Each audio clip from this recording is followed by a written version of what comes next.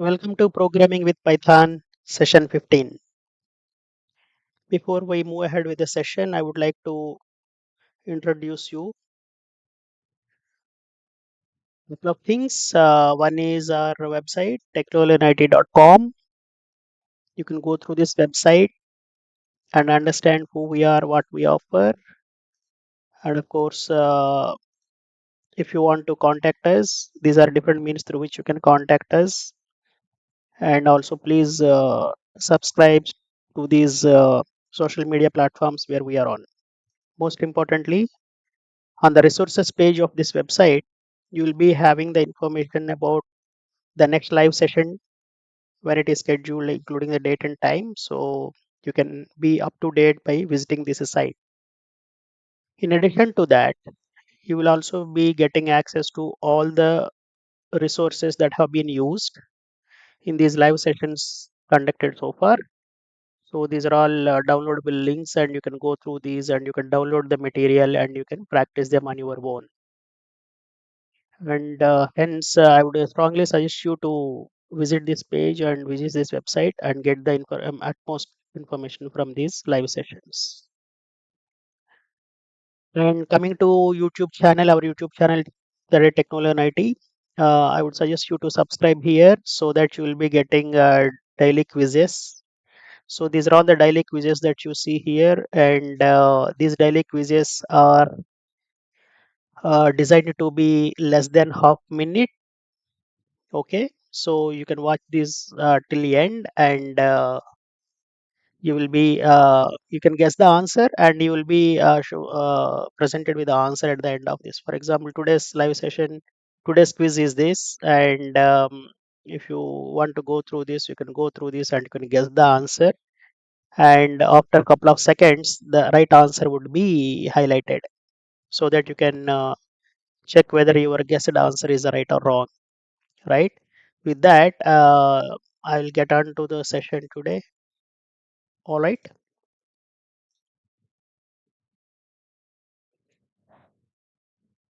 Introduction to modules and packages. So this session is primarily to focus on modules and packages within Python. So basically, assume that you have an application program having 4,000 lines of code. Okay. Functions would help us to modularize the code or to put the thousands of code into small functions, right? But what if there are hundreds of functions as well, right? So in such situation, your real-time program may grow into thousands of lines of code. And assume that all those thousands of lines of code, though it is divided into functions, is kept in a single file. Okay. So if you take an example of this, you have some set of statements in your single file. Assume that this all this code of 4,000 lines is in single Python file. It would be very difficult for you to manage the code if you have this kind of structuring of your code, right? So again, the same question arises: how to make it more readable, more easy to read? Okay, meaning more easy to debug, more easy to maintain, right? Of course, also to more easy to rename, reuse, right? So the solution for this is to use modules and packages that are supported by Python. So the analogy to this is books organized in a library. So a library consisting of thousands of books, right? If these books are not well organized, it would take a lot of time for you to search for a book and figure it out, and sometimes even a days based on the number of books that a library consists of, right? So in such situations, it would be difficult. The root cause of this problem is that the books are not well organized, right? So if a library is well organized by sorting out the books based on their category and kept at a single place, it would be easy for us to go and pick the book that we are looking for. So probably the books in the library can be categorized based on whether they belong to science, they belong to history, they belong to mathematics or whatever, right? So in such situations, it would be easy for one to go and pick the right book from the right place, right? Same thing goes with your program also. If your program has thousands of lines of code and if you write all that code in a single file, it won't be really efficient.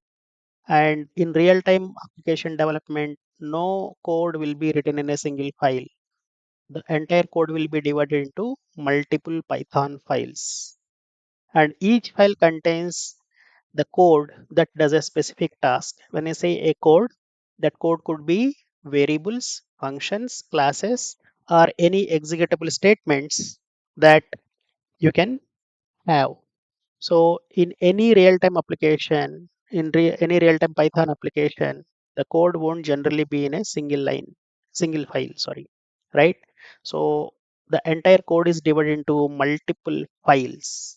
And here each file has a code that is grouped together that can perform a specific task. And a module is nothing but that single file. So each file is treated as a module in Python, right? So let us consider an example. Here, the name of this file is recruitment.py. It's a Python file, and you have one function here, right? And that function has its own body with some set of statements. You have another function, right? And it also has its own set of statements. And there is another function which has its own set of statements. And of course, one more function with its own body, right? So all these functions are written in one single file, which is named as recruitment.py. This file has set of functions which describe the operations that are involved in the recruitment process. So you see, these are all related only. These functions are related to each other from the recruitment process point of view. So you have clubbed together all these statements or all this entire code has been kept in a single file called recruitment.py. Now this recruitment.py can be treated as a module. In fact, every Python file can become a module. So here recruitment is the name of the module. Recruitment.py is the name of the Python file in which this module definitions are available. All right. So what does a module really make the code? What is the benefit? It helps us to better organize the code. The reason being, if you there can say for example, it is just recruitment process that we have discussed about. What about a case where you also have the payroll module, meaning the HR department looks takes care of the recruitment and the financial department takes care of payouts or payroll system. So payroll system can be another module, right? That takes care of all the implementation of the functions that are around that operate around paychecks and all, right? If you club this together and put everything in a single file, it would be difficult for you to manage or organize the code. Hence, you can group the things together based on their task, right? So module helps you to better organize the code so that it will also increase the readability, because if you want to stick to some problem which is related to payroll, don't even look at the modules available in the recruitment process, right? That is how you can easily read the code. Only portions of code that you want to focus upon, that is possible because of modularization.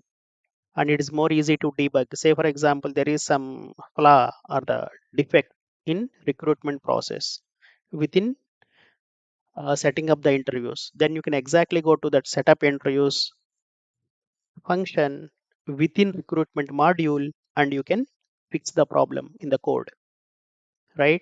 So all such things are possible just because of modularization, and it is easy to maintain the code, as I said. And most importantly, because of modularization or supporting support to module, what can happen in the real-time development is that development can happen parallelly. Okay, when I say parallelly, one team will work on one module, the other team will work on a different module. So instead of developing these modules sequentially, like once the recruitment module is implemented, you can implement payroll module. There's a sequential development.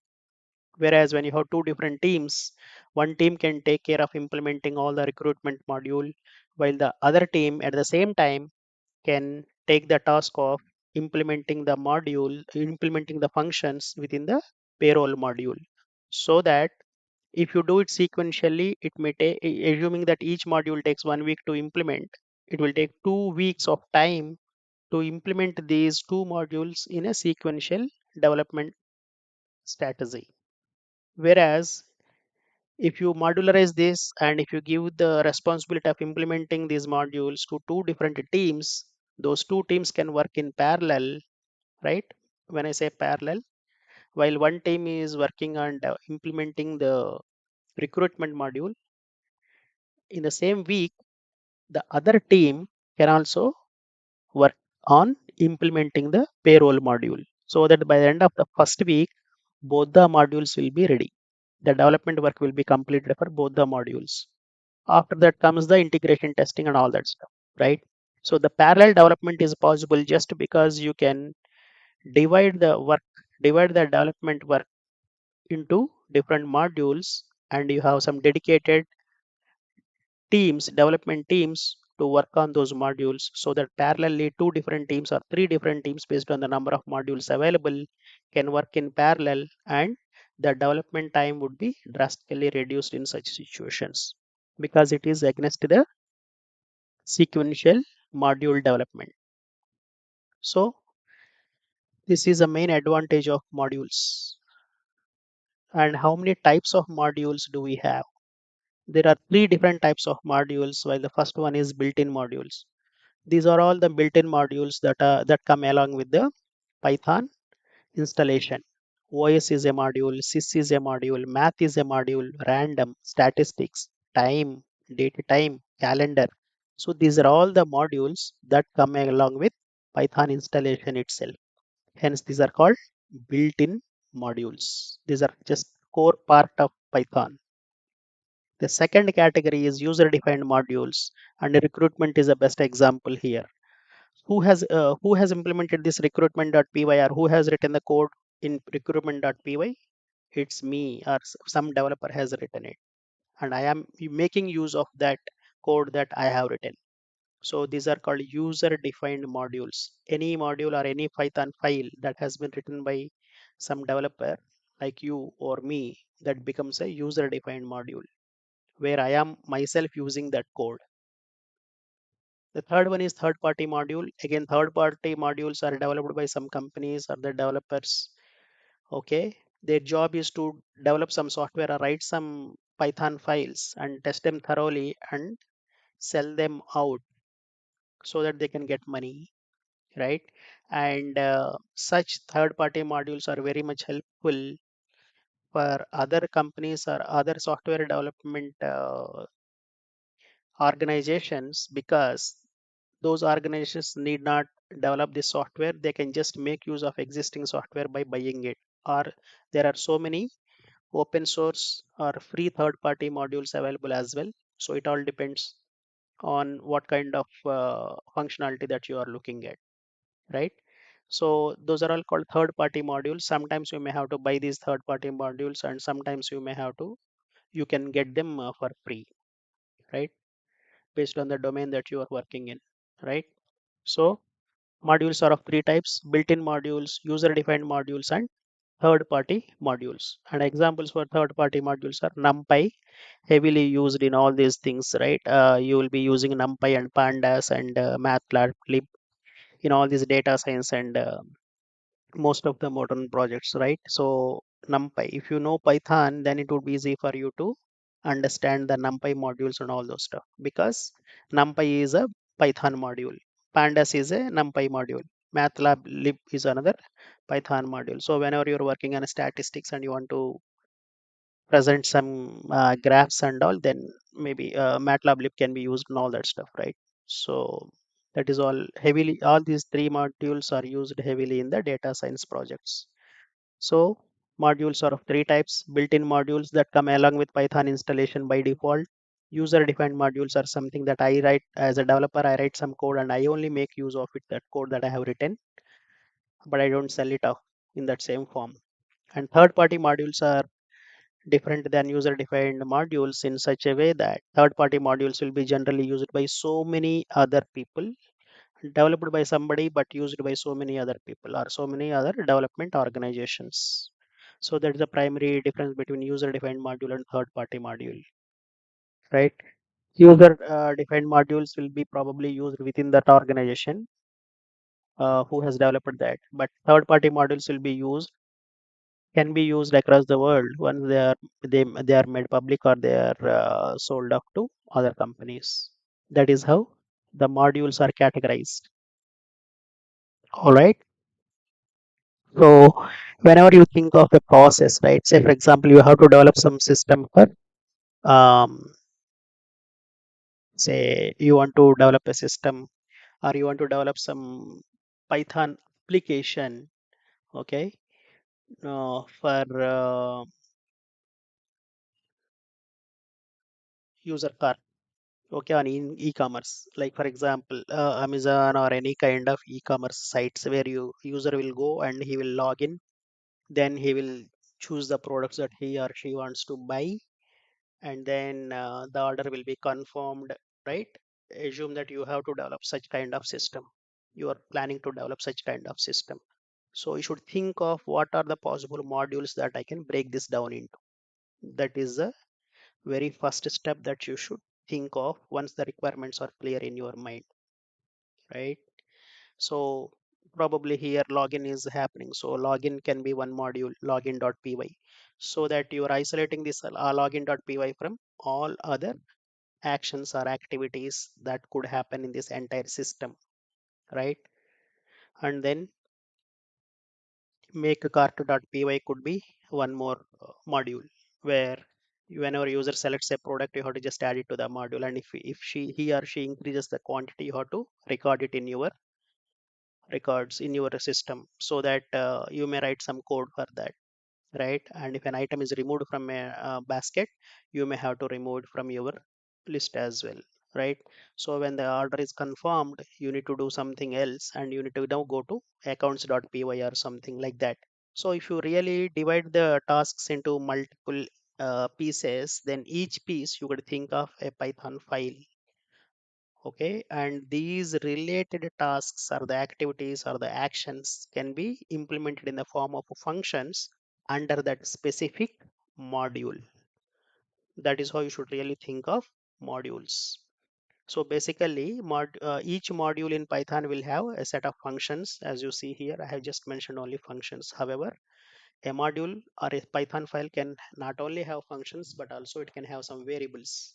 We have already written a lot of Python code using function variables and functions, right?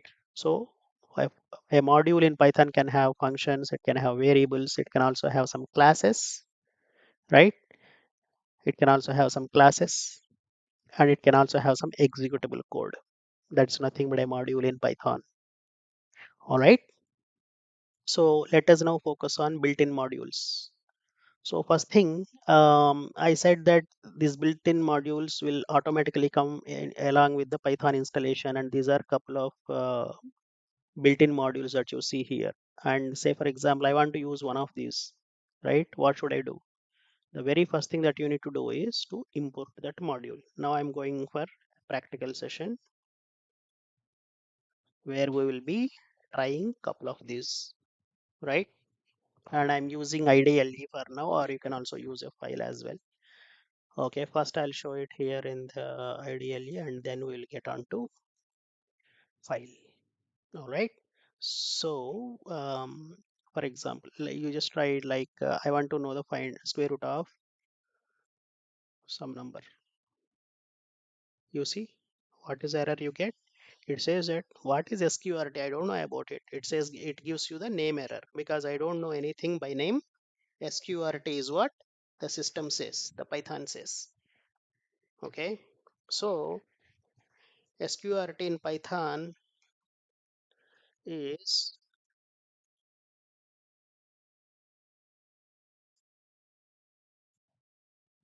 not known directly, right? So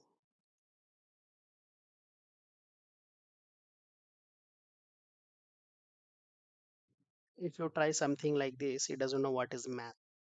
So basically, math is nothing but a Python file that comes along with Python installation. In other words, it is a module, Python module. So to make your system understand that, what you need to do is you need to use something called import, and then you need to mention math. Import math, right? This import math is a function which will get all the code or the functionality that is available within math.py or the particular module, and it will make it available for you to make use of it. Now you see, I'll ask for square root of 25. It works. Where earlier when I just use sqrt, it has given me an error, name error. But now there is that name error is no more. The reason being, now this shell can understand what is math.sqrt. Without this import, if you try using math.import, that would again throw out an error because it doesn't know that there is a module by name math, and that math module or the math file, Python file, has a function by name sqrt implemented within itself. Got it? So this is how you have um, a mechanism to start using the built-in modules within your program, right? So import math is a very first statement that I need to use before I go ahead and start using any of the functions that are available within math module of Python. And it same thing goes with, and for example, if you just want to know what all is available within this math module, you just type in dot and see, it will automatically give you all the functions and all the variables available within this module. So e, let us see what this is. It is a constant basically. Math.e has some value. Similarly, math.py has some value, pi value basically, right? So this is how I said a module can have functions. I have shown example of sqrt as a function that is available in math module. It can have variables. Math.e is nothing but a variable. Math.py is a variable, right? So if you still want to explore more and more about the functions that are available, you can use this floor, seal. All these functions are available. Say for example, seal of 2.1. Seal of 2.1 is 3. Anything that is beyond 2.0001 or equal to 0.0001, anything greater than 2, when you use seal, it will give you the next immediate integer value. Similarly, math.floor, right? So 2.9, for example, it will just give you 2, the smallest, sorry, yeah, the smallest integer compared to whatever argument you have passed, 2.9. And if you just bring it down, what is the integer value that is very close to 2.9, right? And it should be an integer. It need not be very close, but it should be smallest. It should be smaller as well, smallest, smaller than 2.9 as well. So that is how you'll be having seal, floor, all these functions coming from the math module, right? So this math module has functions like this, and you can just go and check for other functions that are available in this module. Okay, all the trigonometrical functions and all these things is what you see. You can see here power function, okay, where you can find the exponent, right? These are all the functions that are available, and logarithmic functions. Okay, this is a power function I was talking about. So these are all available within the module called math. So what is the procedure to make use of the functions within any built-in module or any module? First thing is you need to import. So I'm trying to show you the same thing from um, file mode also. So these are the things that we have worked yesterday. So let us get rid of this for the earlier session. Okay, so okay, let me first show you. If I directly use import math.sqrt, I want to find the square root of 25. Okay, so I'm trying to print it. Yes, I'll save this, and you see it doesn't know what math is. This is what I was referring to last time.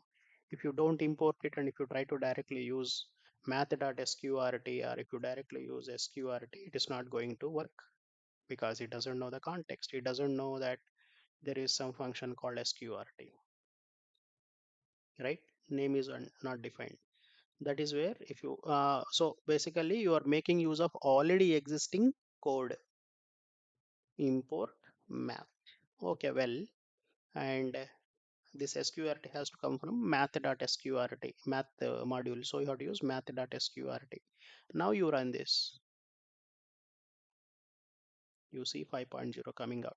So this is how you can start importing the existing modules or the existing Python files in the form of module, and you can start using the functionality from those modules. When I say using functionality, if you want to find the square root of a number, you need to write the code now on your own.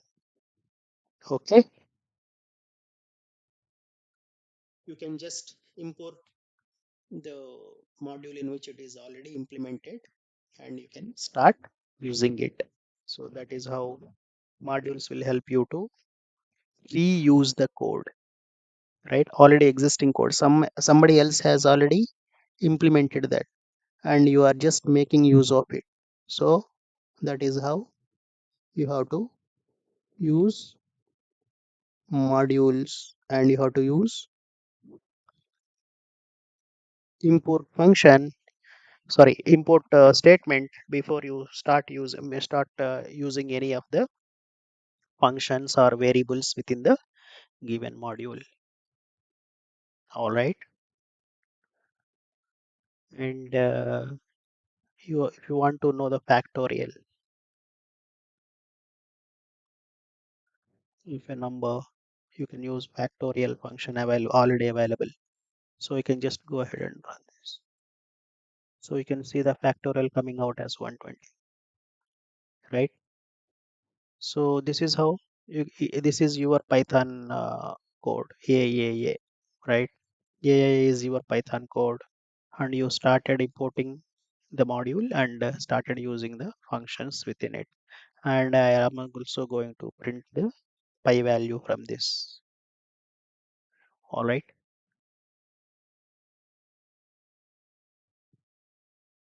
This gives you. Now you may have a question that I have. Um, okay. I'll come to that later probably. The reason being I need to cover some other topic. Okay, all right. So now assume that you have a module already available and you are just making use of the functions which comes under reusability, or you are referring to the variables that are part of that module within Python. And this is all how you can do this. All right. You can run this and you can see the output. Okay. So this is about built-in module, and not only here, but okay, I'll just show you something. What if you have imported this here in between? Is it possible, or should I import it only at the beginning of the file, right?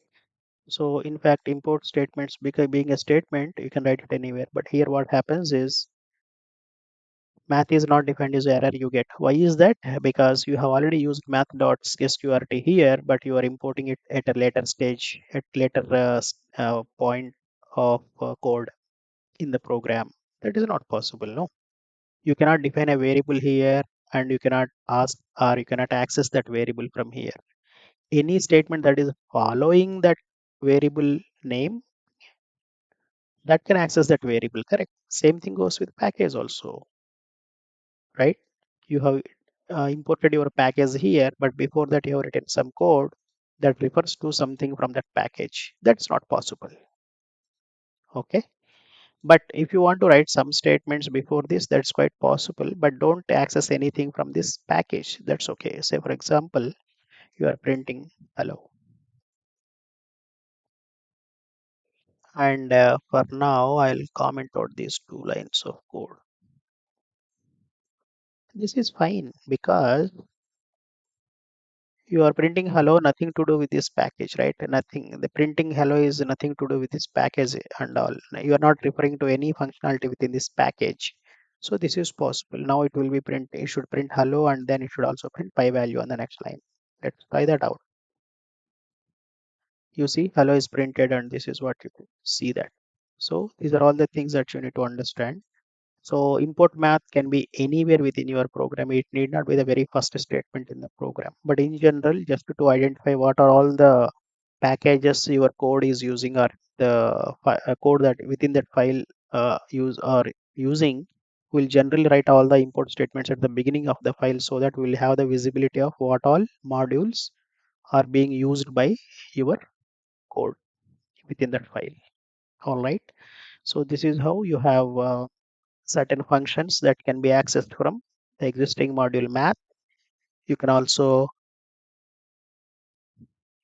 access the variables like pi from that same module, and you can import multiple modules. I said os is another module that you can import. So if you are importing os module, then you can say os dot, and you should be able to get some functions that are available, right? So within this, I'll just show you one example, at least one function. These are all file related operations. So yes, exit is one thing definitely. Okay, and you may have path actually. So many, in fact. I would like to show you get env, yeah, get process ID. Yeah, these are all good examples of the functions. Killing a process. Yeah, make directory. You can make a directory using mkdir. You can mention the name of the directory and that will create that directory from there. Okay, and path is what I wanted to show you, right? So yeah, like this you can use some functions from sorry, yeah, you can what did you do? Oh sorry, I did not make it as a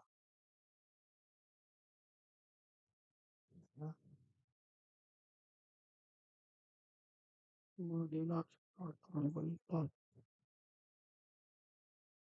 And second dot, it's just only no. Let us see. OS dot what is path?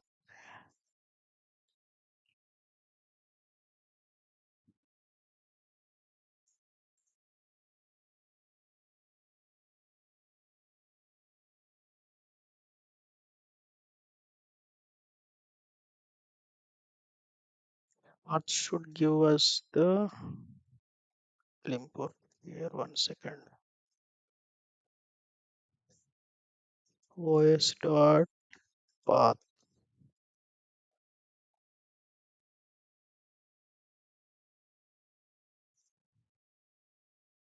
OS dot path.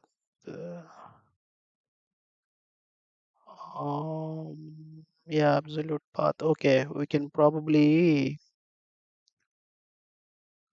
Okay, yes. Yeah. So again, path is just it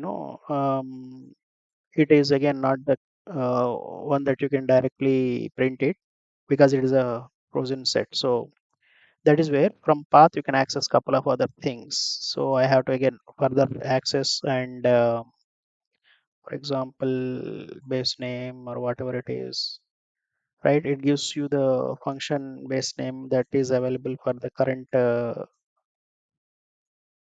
program that you are running. So, okay. And what is a common path and current directory? All these things you can ask. And what is a directory, right? So this is how you can use this OS package to access the path from the existing module. Okay.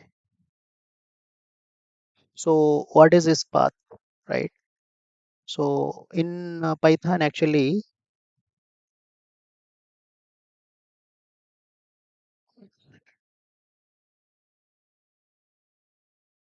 yeah. So basically, it is a submodule. Okay.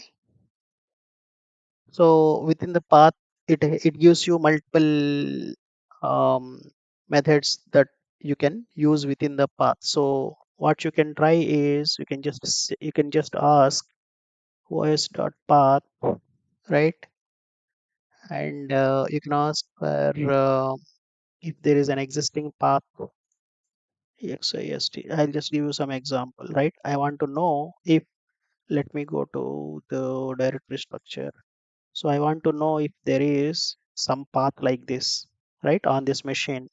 So what you are going to do is you are going to ask, one second, I'll first do it from here. You can just ask if this path exists, right?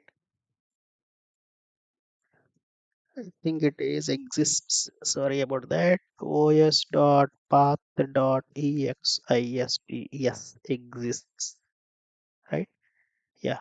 So here you can ask the path. You see that path is available on this machine. So it says it is true. Yes, path is available. And if I, sorry, if I give some path that is not present, os.path.exists, okay, and I just give something, I'll just add something extra so that it doesn't find that path and it will give you false. So this is how you can use os.path, and again this is a submodule, that's why I was unable to access this directly, but being another module, it has its own functions within itself. To access that, I have to use os.path dot whatever it is, right? So if, like this, if you have some submodules within another module, you need to use more and more dot operators to refer to the variable or the function that you want to access. The same thing now we will try it from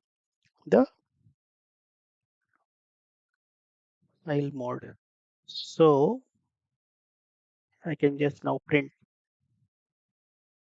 if this path exists or right. I can also print there is a path e drive.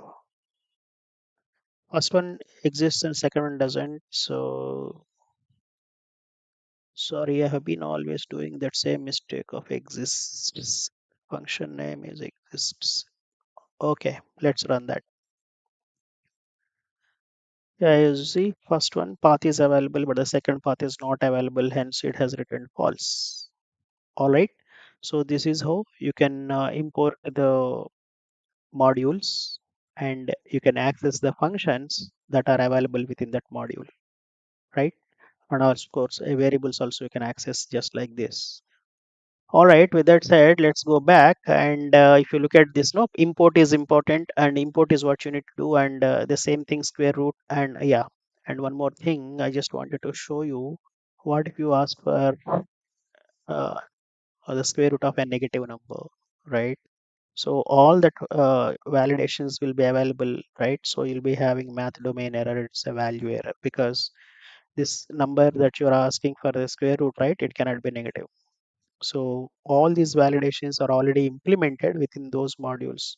So where is this error coming from? This is coming from math module. So all the data validations and everything will be taken care, and only after thorough testing has been performed on the modules, such modules will be made part of any software like Python.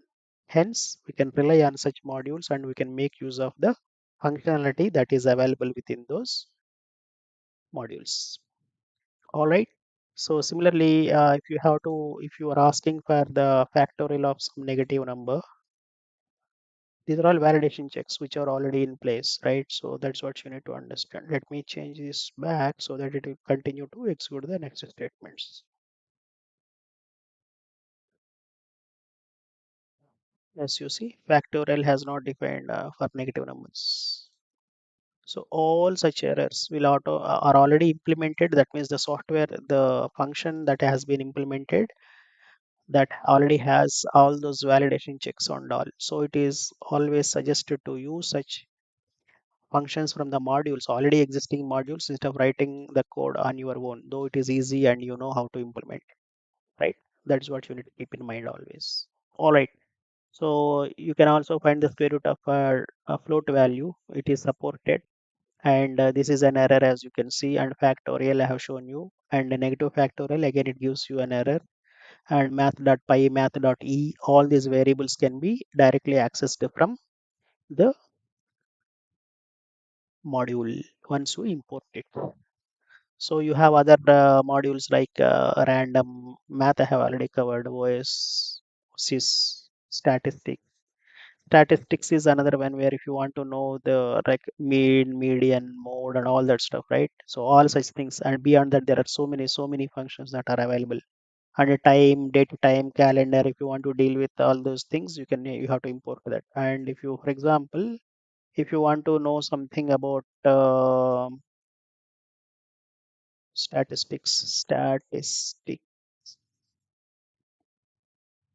Okay, now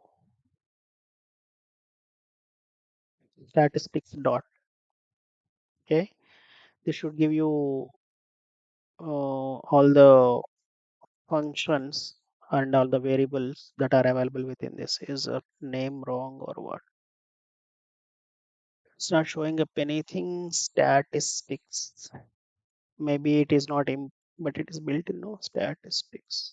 Why is it mean? Mean, for example. Okay, let me do it from here first. Import. We will get an error if it is not. If I have typed it wrong. Statistics. It's there. Statistics dot. Yeah, you see mean, median, and all that. So you can ask for mean of a list of numbers. Okay, 1, 2, 3, 4. You see 2.5, which is the average, right? 2, 1 plus 2, 3, 3 plus 3, 6, 6 plus 4, 10, 10 divided by 4, total number of elements. So it is 2.5. Like this, you can just import the existing modules and you can make use of the functions and the variables that are already existing. This is a reusability. Again, someone has developed it and you are making use of it. You are not writing the code from the scratch for all this functionality. This is about reusability, right? All right. So you can experiment with rest of the modules. Okay. Um, Built-in modules and so many. There are many modules that are available that will come automatically with Python.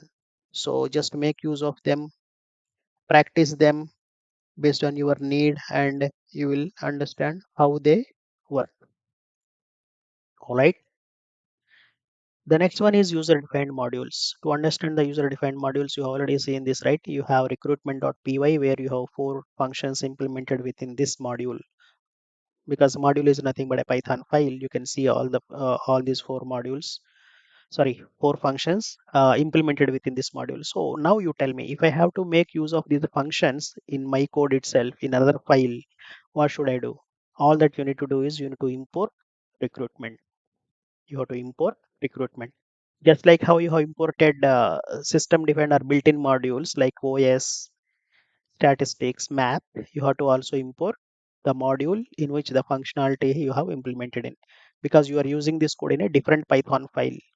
So you first thing you have to do is import the name of the Python file without .py. Import recruitment. All right.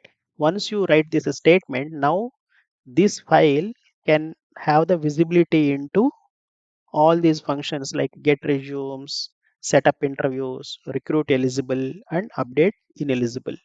So if you want to really make use of them, You can just use, you can, how do you call them? Like recruit get resumes, recruitment dot setup interviews, recruitment dot recruit eligible, recruitment dot update ineligible, like this. If you want to repeat it, you can write, you can repeat the same process again. So this is how you can start, right? This is how you can start accessing the data or accessing the functions that are available in different module. Okay. So I'll just show you an example practically. Say for example, I am going to create one new file and I'll just write some functions here. Okay. I'm just showing you and say I'll just write some simple code. This I am in I am first function. Okay. And I repeat this for multiple functions, maybe two, three, four, whatever.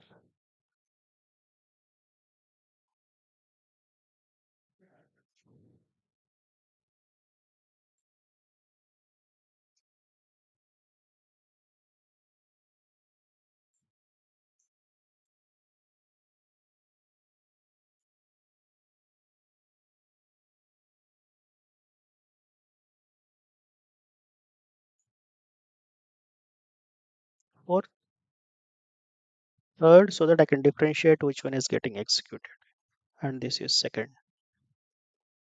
All right. So I just save this. Okay. As I'll just save it in some specific path where I want to go to P drive where I have all my programs. P drive, and under that I put it in, I'll save it in Python. I call it as, what shall we call it? Okay. Functions. Yeah. My functions I'll call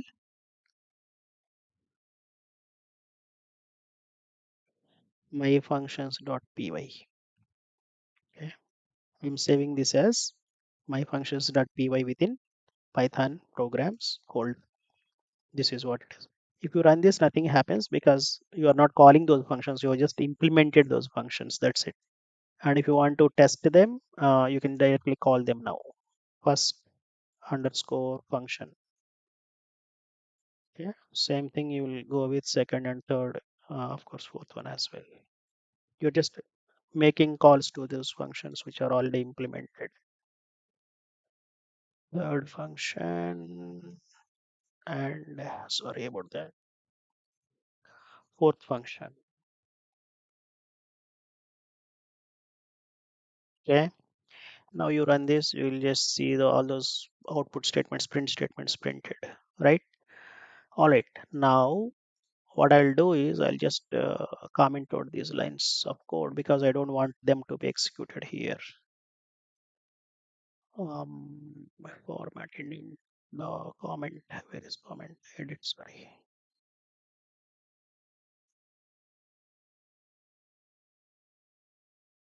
Comment. Okay.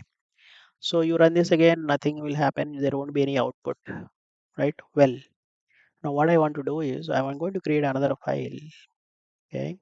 And I want to make use of these functions from that file. So basically now what is my functions? My functions would automatically become a module. My functions would automatically become a module. And let me also have some variable here. My var equal to 20, some number you give. Okay. I have one variable, I have some set of functions. I save this. I create another file. Okay. And let me call this as my prog. I'll save it as my prog first of all in the same path. Save as, go to P drive. I'm already in P drive and I'll call it as my program dot py.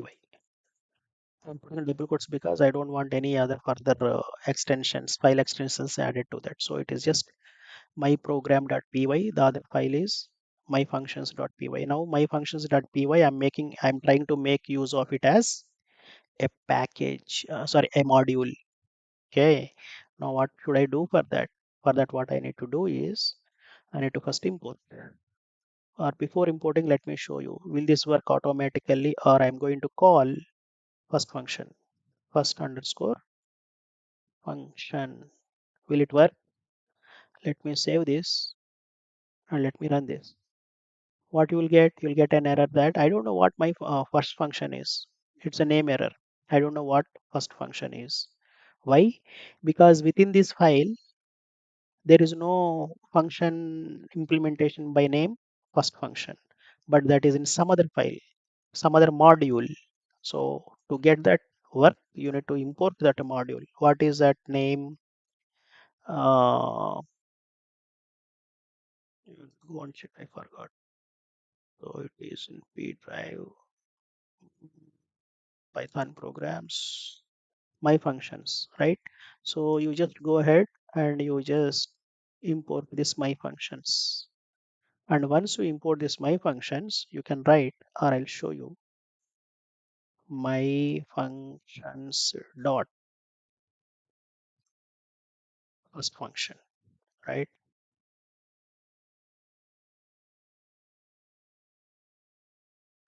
You see, now it has a visibility into that. You got the message, I am first function. From how did you get that? Within this function, within this program, my programs.py, you don't have this implemented, but you have imported this my functions. Since you have imported this my functions, anything that is available within my function, you can access it directly. And let me also show you that I can access my functions dot myvar. Myvar was another variable, if you remember, right? I'll show that one as well. Yeah, myvar is a variable defined within this Python code or a module. Now this has become a module automatically. Every Python file is a module. So this is a module. Now you come here, you have imported the module. Now technically you should be able to access everything from the other module, and that's what you are doing. And just run this. You see, you got 20 by running this my program. So the implementation of this first function is in a different module, user defined module. So you see here, this one will become user defined module. What is that? My functions is a user defined module because we have written this. This is not built in module, and you have imported that user defined module from here, just like import to OS. If you are doing import to OS, you are importing a system defined a built-in module. But if you are importing my functions, then that is a mechanism of importing user defined module. There is no any difference. You have to just use same import keyword only, import, and then the module name, and then you can call the functions or you can access the functions or the variables directly based on the need within your code. Is this not a reusability? You have written my first function in one file, and here I'm making use of it. And if you give this my functions.py to your colleague or a friend, he can also call this function by just importing this module called my functions. This is how once write once and use many times, right? Again, same thing. Here you will just write it once, but you will make use of, you can call it, or you can make use of that function as many number of times as you wish. That's why generally the login mechanism for any enterprise software development applications is almost same, right?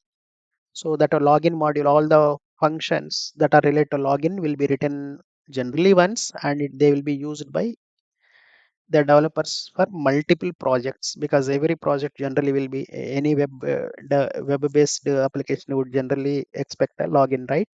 So that login module will be used by many projects in real time, but the rest of the modules will depend on the requirement, they will change. That is how you will be having this import keyword used to import the functionality from other modules and then make use of them. All right. So that is what you need to understand, right? And this is just one way of importing the modules. And the other one is you can also, yeah, there are different ways to import the modules. So here you can import this in a different way. Just you see what the pain point here generally would be. Every time I need to access some function or a variable from the other module, I have to type that name of that module, right? Instead of that, I want to use some short. For that, you should use as mf. Mf stands for my function, my functions. With that, you can just use mf dot. You can just use mf dot. See, now I have given a shortcut name. Import my functions as mf. Mf means now mf refers to my function. So wherever you were using my functions earlier, you can just change it or replace it with mf. Let me run this again for you. You see, you will get that same output because it is able to detect that mf stands for my functions, and from that module it is able to access the variables and the functions, right? So that is how, this is another way of making use of it, sorry, importing the functionality from a module. All right, so let's jump onto this once again. And this is what, so wherever you are using recruitment dot, but you will just use or dot, right? Because you have imported that entire module with some shortcut name using as. All right. Yeah, and the next one is, there is another way of importing. If you, yeah, this is again whatever the recruitment.py that you already implemented, and you have, if you want to import it specifically some specific functions only. So now I'll tell you one thing. Yes, if you go to this code, right, this is your module. This is a file which is using the functionality of this module, right? Now if you just import this way, this file or this program that you are writing right now you are on, right, this has access to all the functions, but you don't want all the functions to be accessed. You just need only maybe third function from the other module. Then how can you do that? So you can just write a statement like, from the module name my functions import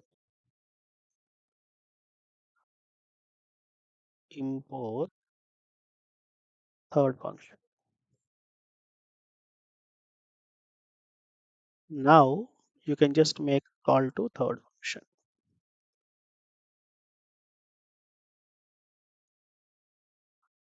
and I'll just comment this for now, right? Let's run this. Sorry, I have used MF there. Uh, yeah, I should use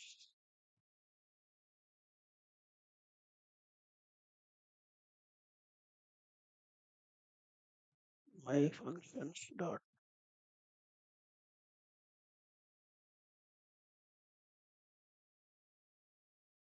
Oh, sorry, if I have to use this one, I'll just say MF again.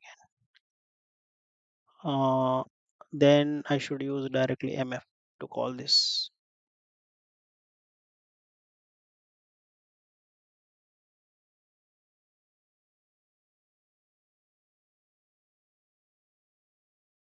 You see, it's able to produce the output. So what did I do here? I'm not interested in all the four functions that are available in this module, but I'm interested in only one module, one function within this module. What is that? Third function. So what did I do here? From my functions. My functions is what? It's a module, and I wanted only the third function. So I am mentioning the name of. I'm just importing only third function as. I want to call it as mf. So I can make a call to third function with the name mf. And if I just mention mf, I'm really referring to third function within the other module. And does this work? Now this one, mf.myvar, this won't work. Why? Myvar is another variable. Okay, myvar is another variable, right? Using mf is the name of the function according to what you have defined here. So you cannot access this now. Make sense?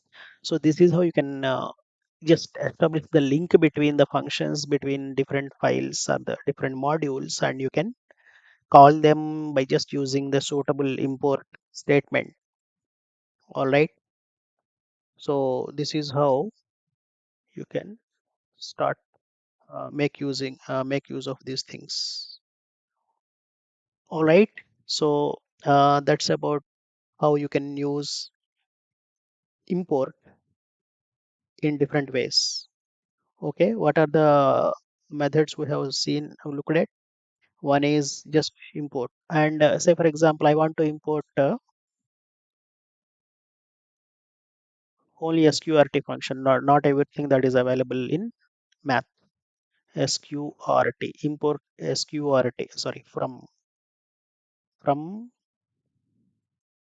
what is the name of the module? Math. From math, just import sqrt, right? So now what happens? What you are interested in is you just need only one function, which is sqrt. You don't want to import every function or every variable that is available in math module, right? So in such cases, you can just mention it as import only the function sqrt. In such cases, you can use sqrt direct.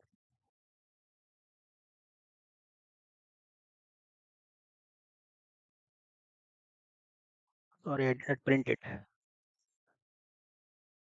because I'm in the file mode now. I am working from file, not from IDLE direct. So yes, run this.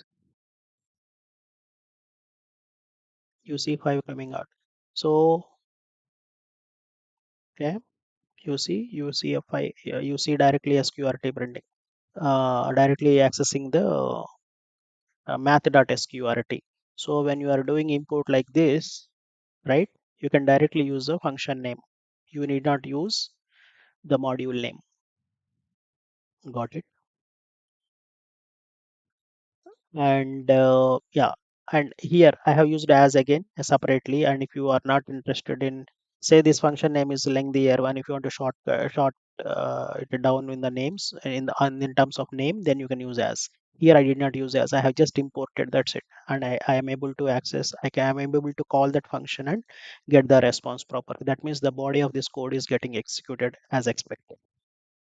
So these are different ways to import the functionality from some other available functions, right?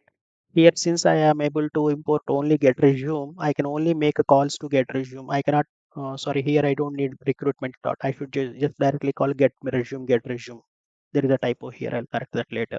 So just like here, when you are importing some function, you can directly call that function. You don't need again math dot. So this one earlier you used to write math dot something like this, no?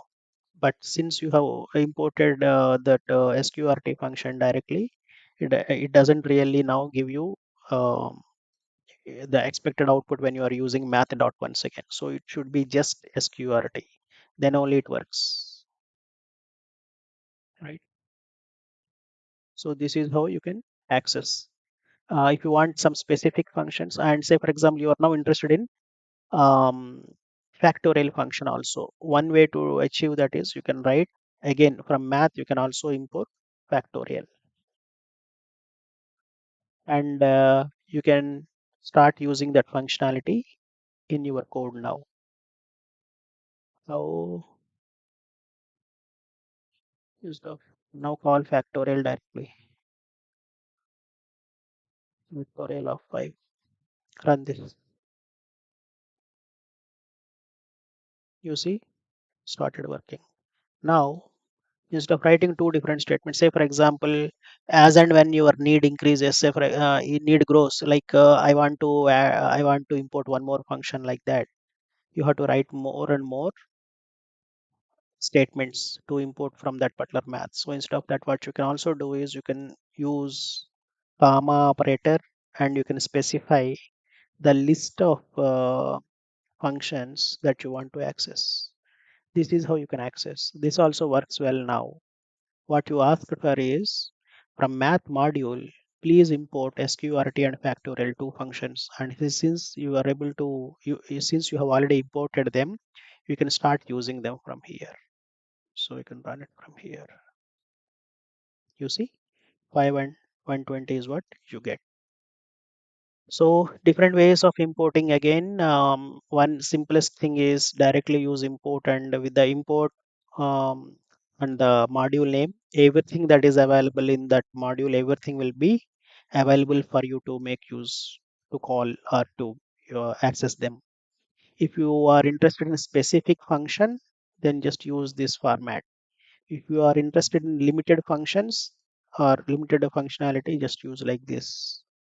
If you are interested in specific functions, but those function names you want to shortcut so that it would be convenient for you to call them, just make use of this kind of import statement. All right.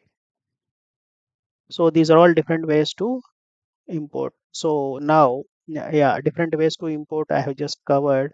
Okay, these are the things that you are going to learn. Different ways to import modules. Just to repeat, I'll just write down all the possibilities here for you. Import module name.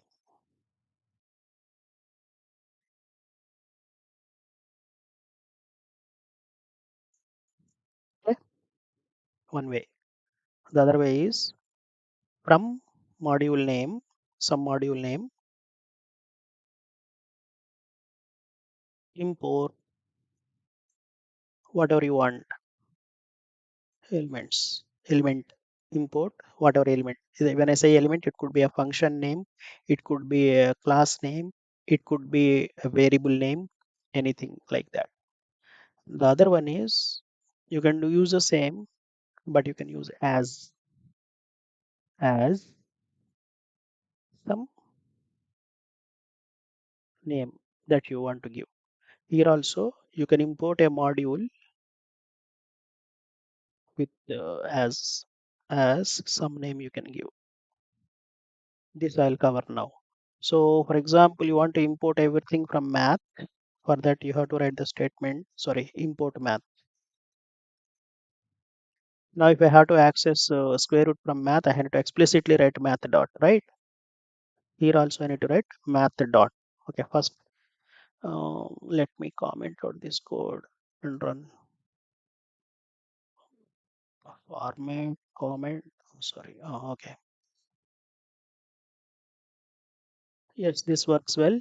And if you go back, and we can use as for the module also. I'll just say M. Import math as M. Okay.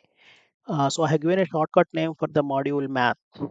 But now if I am accessing math as it is, it doesn't recognize that because I should always use M only. Going forward, I should use M only because I have renamed math module as M. So it can understand M only, not math, right? So you can run this. This should work now. Yes, this works now. So this is how you can use as per import module statement as well, so that you can shortcut the name. You can give a shortcut name to the module that you have implemented, you have imported. Sorry. So, uncommon, uncommon. Okay. So this is how you import the module. You import module with as. You import some specific element, may give a function name or something from a module. Only one limited data that you can access, limited functions or limited classes, limited variables, whatever. But if you want to give a shortcut name for that limited element that you have imported, this is a syntax. So this is how you have to use import in different ways. And I'm commenting this. All right. So this is about import in different ways. So that is what the topic is. Different ways to import the modules, right? We have covered different ways using from using import directly also as. Make sense? And the other one, but this is not suggested. The last way, the other way of importing is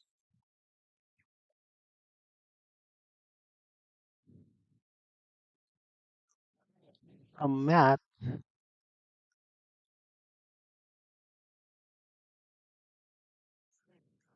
import everything.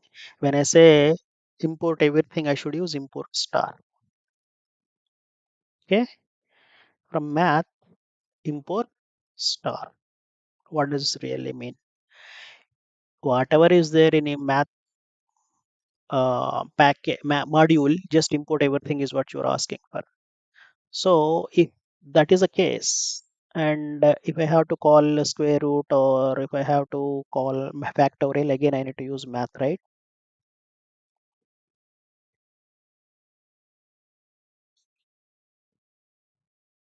So um, sorry, when you use this format, you should not use math again because you have already imported that. Okay, let me run this again. This should work directly. Yes, this works directly, right? Now, why this mechanism or why this way of importing is not suggested, though it works well, right? So I'll just give you one simple example, and this is what I was trying to explain you some time back. Assume that, okay, before we even import something from this math module, what I'll do is I will define one function sqrt myself, which also takes some argument. I simply return or not return. I'll just print.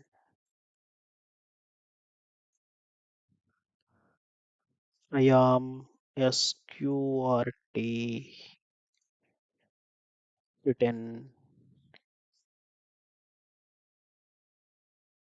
by you.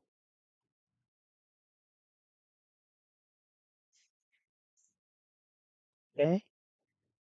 I have implemented some function called sqrt. Okay. And I'm calling that sqrt function. Now you may get a doubt. Is sqrt not a built-in function? Yes, it is a built-in function within the module math, but I did not import the module math. If I don't import the module math, then I can define a function like this. Because in this scope, there is nothing by name sqrt. So when I call that function, it has printed I am sqrt written by you, right? I have written this sqrt function. All right. Now assume that I just import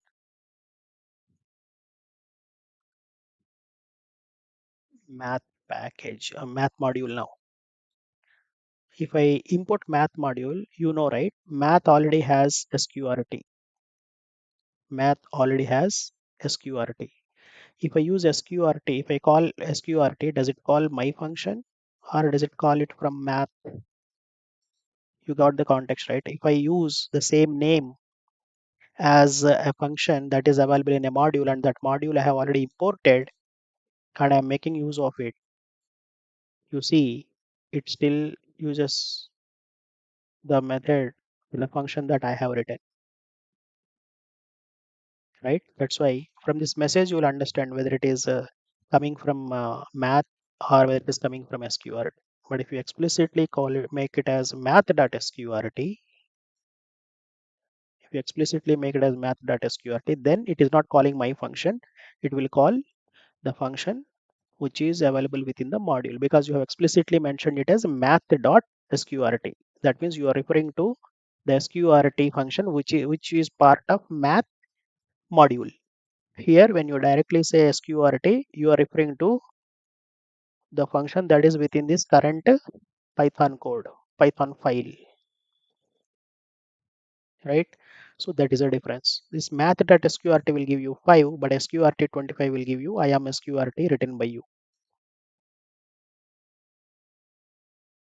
Make sense? I need not print anything because it doesn't return anything. or I can always return 0 also, just to differentiate. If you get this message, it itself will uh, indicate that it is calling your own function, the function that you have written, right? So you can get 0 now instead of none. Okay, all right, that's okay. Now this is how it works. So I hope you understand this. You can write function, or you can use the name of the function that you want to write on your own, okay, which match whose name matches with a function which is already available in a package, a module.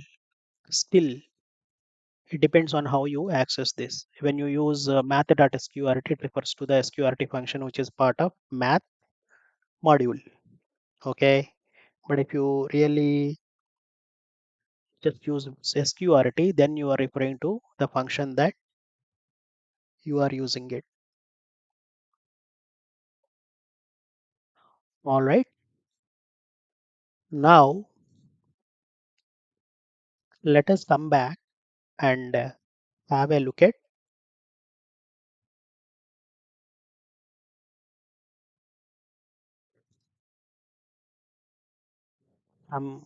math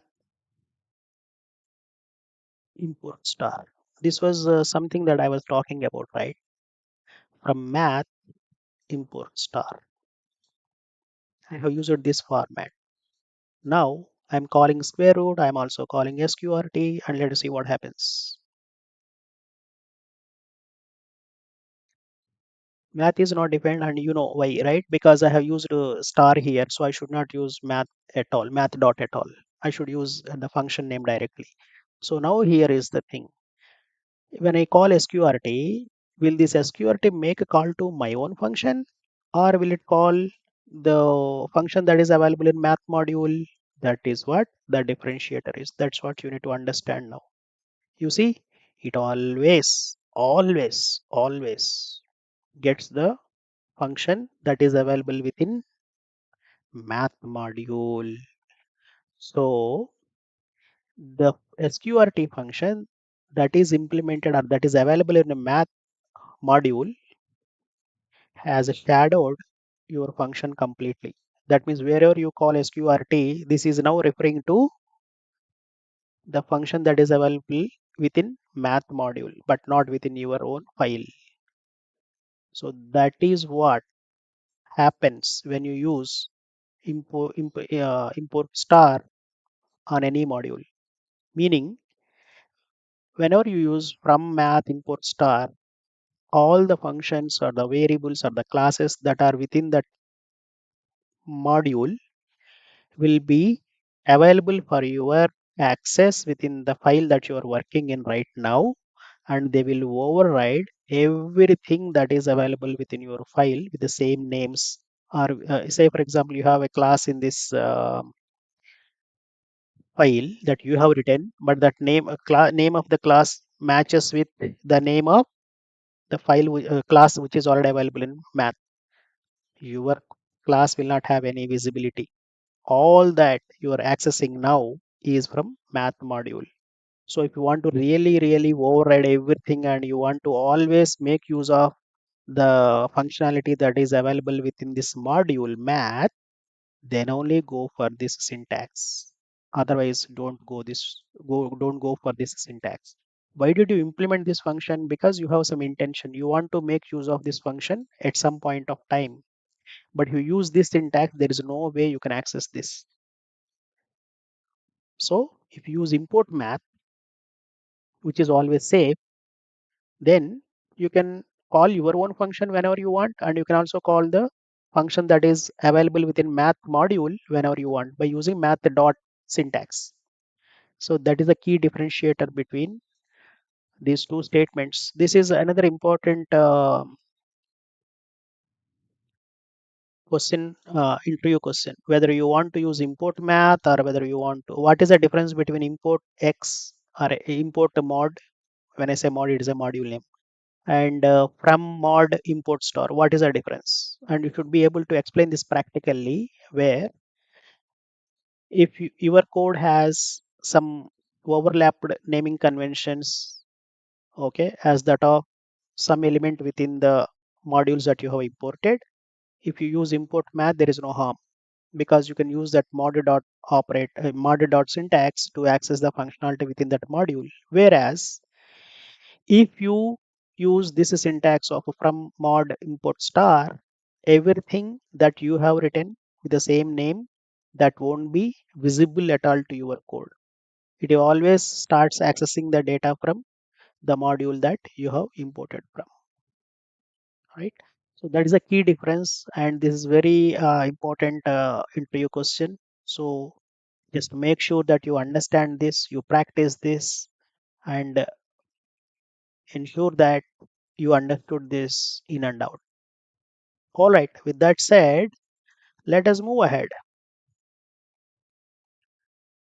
Yeah, aliasing functions. Yes, I have covered this again already. So aliasing functions is basically this one, right? So I'll show it again if you want. So for example, from math, import sqrt, for example, as what did you say here? From math module, import sqrt function only. I'm interested in only one function sqrt, but call it as sq. Now, if you use sqrt, that will give you an error. If you use sq, then it will work. And if you use sqrt in this context, it will call your own function. Make sense? Let me run this and show it to you. So you see 5.0. Where did you get this 5.0 from? It has come from this statement where this 25 has been passed to sqrt function of math module and the square root has been written back, which is 5.0. The next statement sqrt 25 has called your own function, which makes sense because you did not use a syntax of from math import star, right? So this function is still visible. The local function is still visible. So it has printed I am sqrt written by you. Perfect. And yeah, that's all. So basically aliasing the function names is this is a syntax that you need to follow, and that is what I have already shown and I have just shown you here uh, once again. So that is what aliasing functions means.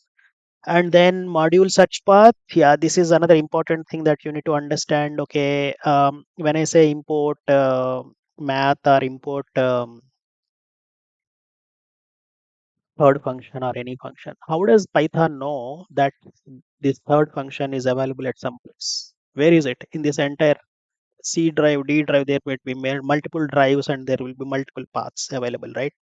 How does Python know from where it has to take it, right? For that, Python follows some specific um,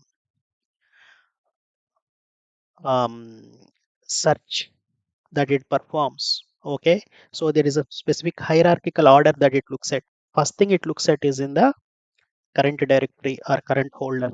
So where did I save this my program.py? I have stored it in Python in this entire path. C, P drive, Python programs. That is where you see this my program.py. So the very first thing that Python does is it looks for the same directory or the same folder or the same path to check whether there is a module. Module is nothing but a Python function. I said Python file. I said no. So it looks for a Python file by name, whatever you have used here, .py. Say for example, you have imported. Uh, you are you are referring to the module my functions. So it looks for is there any file by name my functions .py? Yes, it is present.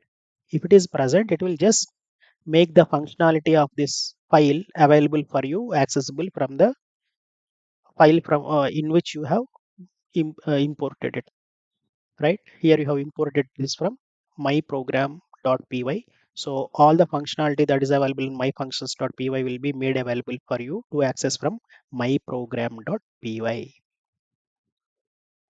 All right. So that is a first hierarchical check that Python does. And the second one, it looks at is, so the what is the first one? It looks for current directory or current holder.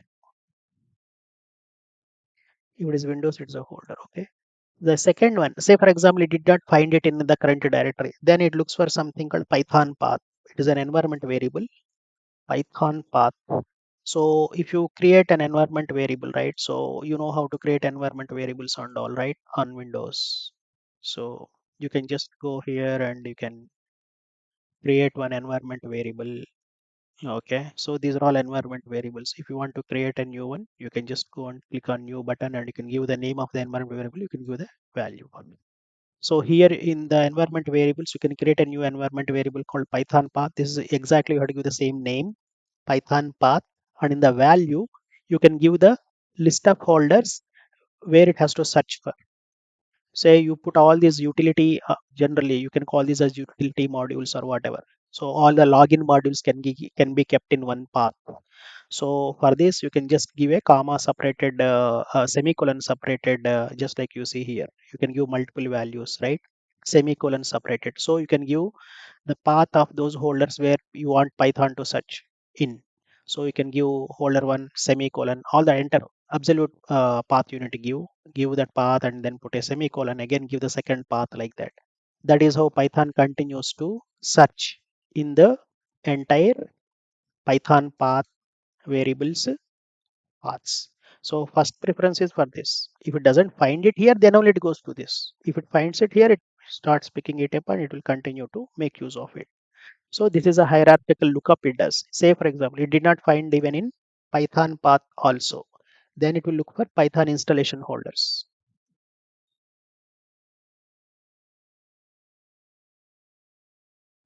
Okay.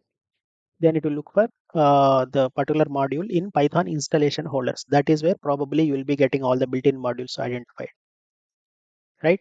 So this is a hierarchy that Python by default checks. Okay.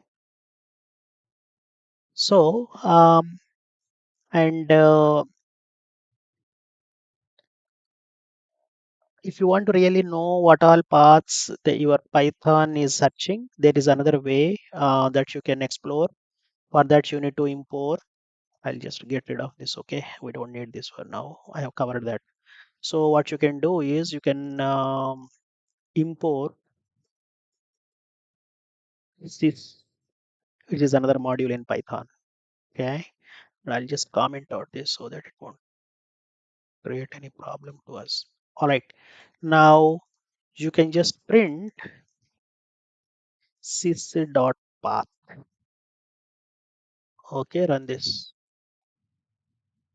You see, these are the paths in which Python looks for the module that you are importing. This is another way of easily identifying quickly where all it looks for.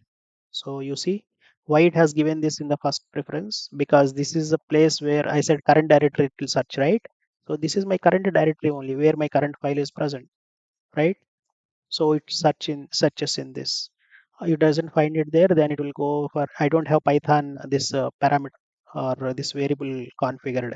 So then directly it skips to Python installation paths. So these are all the Python installation paths on my box. So it just goes there and it keeps on searching for all the modules that are available. And among them, if it finds the module that I have mentioned, that it will use. So earlier, import OS, from OS you have path. Again, this is where I got confused last time. If you import OS, okay, and when I print os.path, that's a different one because it is a submodule. So sys.path is different from os.module, right? So if you run this, it will give you that frozen, this one, yeah, frozen. It says that it's a module again, it's a frozen one, and within that module you tell me what you want, right? So that's the difference, of course. Yeah, this is very interesting, right? You have some variable name, assume that it's a variable for now. In both the modules, you have the same, you have a variable with the same name with two different modules, quite possible, right? Because I have just shown you, I had sqrt in my own module or in my own Python file, but math also has sqrt in its module, right? In itself, right? That is how that is quite possible. But in one module, path can be referring to some variable. In the other module, path can be referring to either a function or variable or something else, or they may refer to the same entity, like both of them are classes. Still possible, quite possible. But This is a hierarchy that you need to understand in the given context. How does Python know from where this module has to be implemented? Say, for example, I just say import sys1. What it will do, it will search in all this path for a file by name sys1.py. Okay, let me run this now because generally it won't find sys1.py. So you'll say no module error, module not found error. It says no module name sys1. So if you get any such error, it means that either you have not mentioned the name of the module correctly that you are planning to import, or that module is still present in your box on your machine, but it is not present in all the three of these possibilities, all these three paths that Python looks for. Then you may probably go and probably create a environment variable Python path and give the path of this module into this, and then you try it out. It should automatically import it out this time. So this is very important for you to understand how Python resolves the path to a given module when you have imported it in your code. All right, I'm just running this once again for you, and you will get this error, right? Because os.path is different. It's a sub module. It's not a something that it can return a list like this. And here it is sys.path is a list. That's why you see a list of paths, a list of strings basically from the plain Python terminology. It is a list of strings. Yeah, it's a list square bracket and it's comma separated, and these are all strings. So sys.path gives you a list of strings. All right.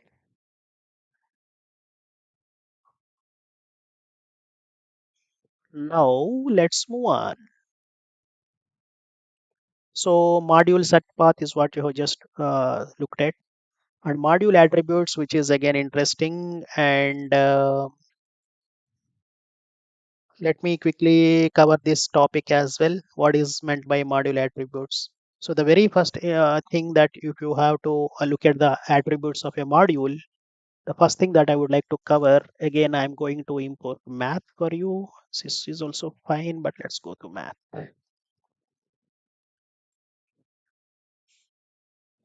And I'll just bring this up.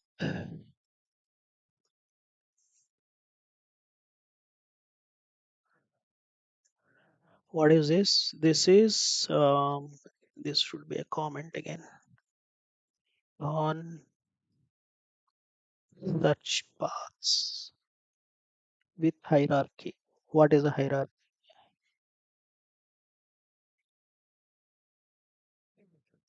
For importing modules. When you have imported something. And what are these? These are Python module importing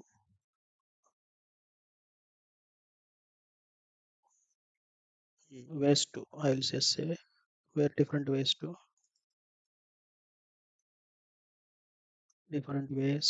import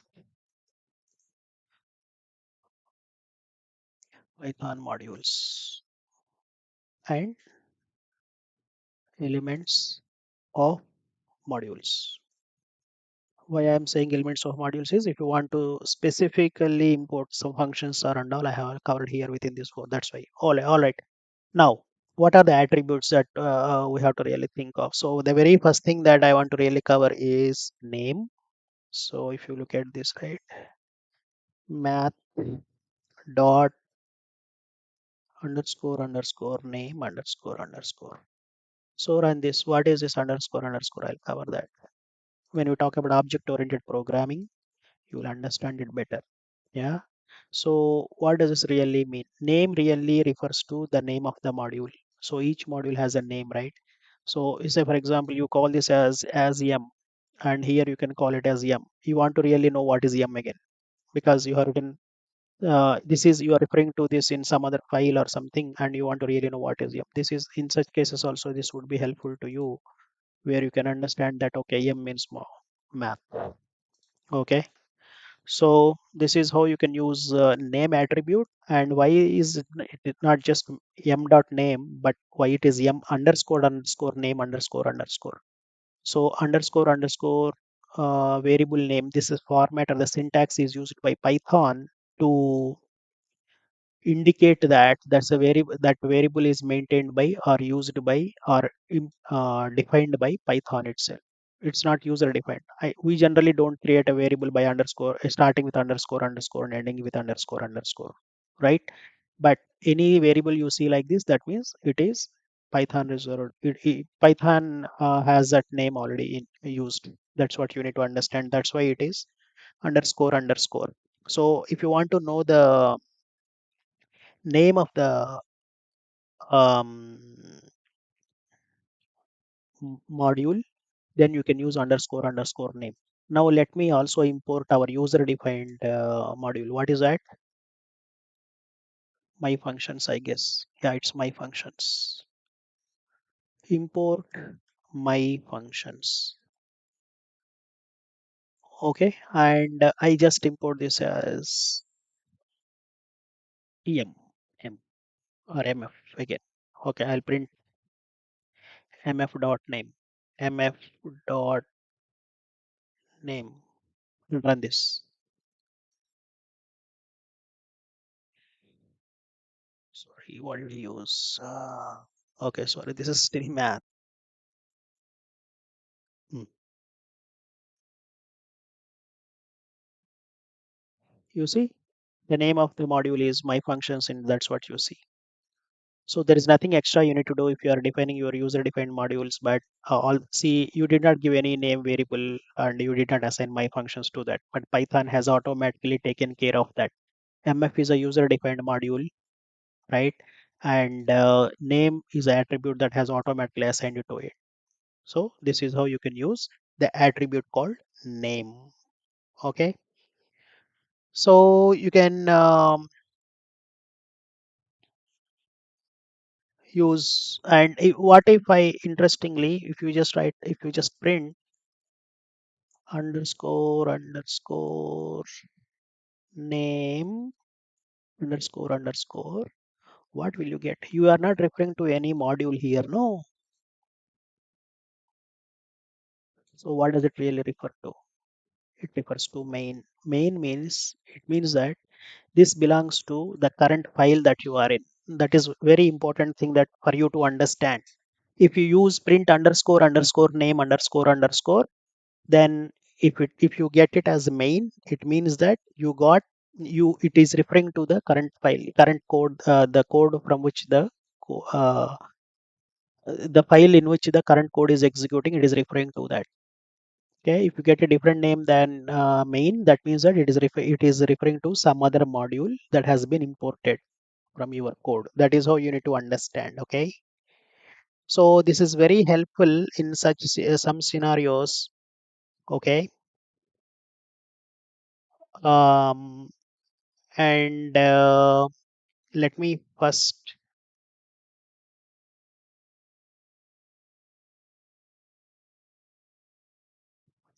let me sorry, let me first show you the how we can use this. Okay, sometimes what happens is, let me go back to my function, and you see here what happens.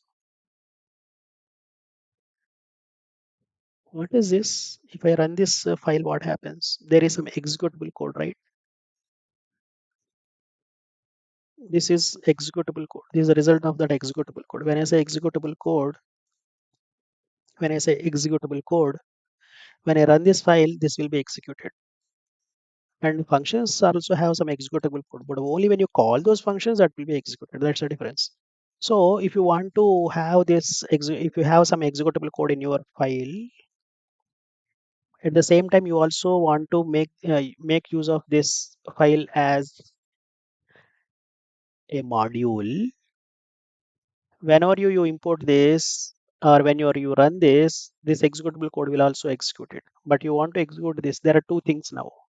This file can be used as a standalone program, as a script, Python script, or you want to use this Python code as a module. When you treat this as a module, you don't want to execute this, right? You want to execute you want to access these functions only. This is only calling the existing functions. That's what you don't want to execute. How do you differentiate that then? That is where this main really helps you. Got it? So what you are going to do is you are going to write some condition like this. If underscore underscore main, sorry, name, sorry, equal to underscore underscore main, that's what you have seen being written, right? Then only execute this, execute all these four statements, right? Can you guess what happens if I run this code now? I'm running this code. Remember, I'm directly running my functions.py. Okay. So as far as my functions.py is concerned, what would be the name? Name would be main only, right? I'll just print it for you. Print underscore underscore name underscore underscore. I'm just showing you, right? So you run this. You see, it's main only. That's what you have been getting that main when you are running a different function, right? So you see, I'll tell you the difference now. This name will give you main as long as you run this from the same file.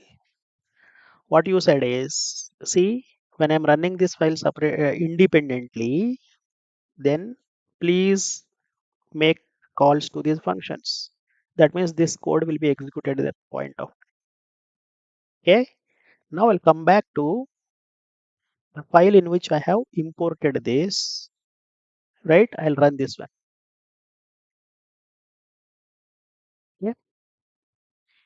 This main has come. That's a different one. Okay. So we'll remove this name from here now. You have imported this my functions. Okay. Make it as my functions. You have imported this my functions. Let me put it as it is. Save this and you just run this. Sorry, MF is no more. Okay, leave it. We don't need that for now. Okay, and I will just make use of my functions dot first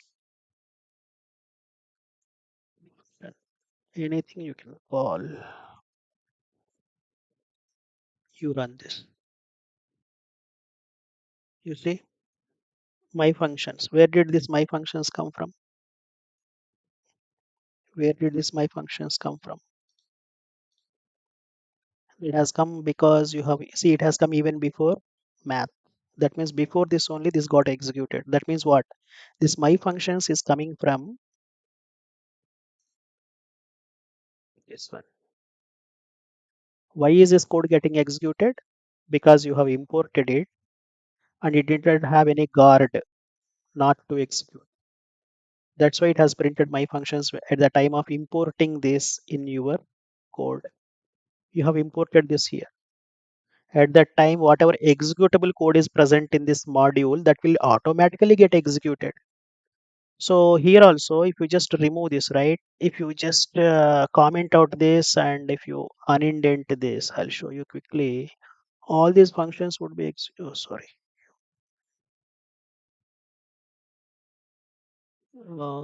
Format,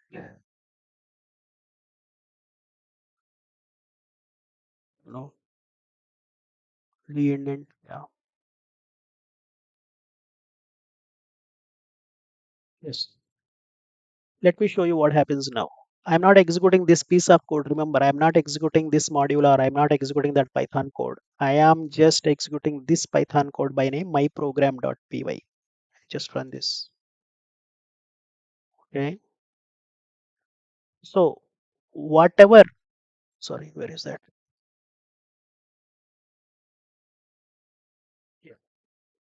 Save this. Yeah, come back.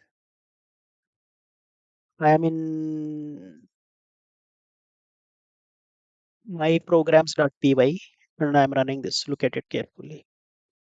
Look at the the very first thing. What did I do in this? I have executed this my program.py. Let us look at the output carefully. I have executed my program.py. Let us go to my program.py. In my program.py, what did I do? I have imported math. It did not have any impact on the output. I have imported my functions. Well, after that, I have printed math.name. I know that the name here should be math and math has come here. That means before this math, this happened. All this happened. Why did this happen? How did this happen? It happened all because of this import statement. Let us go back to my functions. Yes. Look at this my functions. What did happen as part of import is it has got this my variable into scope. That's okay. It has printed name. That name is nothing but my functions. Then it has also executed this. It executes this executable code. That means this statement is executed. That's why it has gone to this and this function got executed. It has printed I am in first function. Similarly, all these four statements got executed. But when you are importing a module like my functions in my program.py, your intention is not to execute the executable code within that. Got it? You want to just make use of the functions that are available within that or the classes or whatever. Some elements that are within that you want to make use of it. That is why. How to get rid of it, how to skip it, that is where you will be using this safeguard. Now I'll save this and show you. Go back, again import, run. You see this time that executable code did not execute. Why is that? Because when you have imported this from here, you won't get this condition won't be satisfied because now the name would be my program actually, not this one, not main. So only when this name is main, then only execute is what you have written, you have safeguarded. That's why these function calls won't get executed, but the rest of the import thing will be going successful and you will be also able to access or call the functions or any other elements that are available within that module according to your will and wish. That's why you see here, I am first function. From where did this come? Because you explicitly called from this module. That's why it has executed that piece of. Make sense? So this is a very common thing that whenever you look at some code that was written by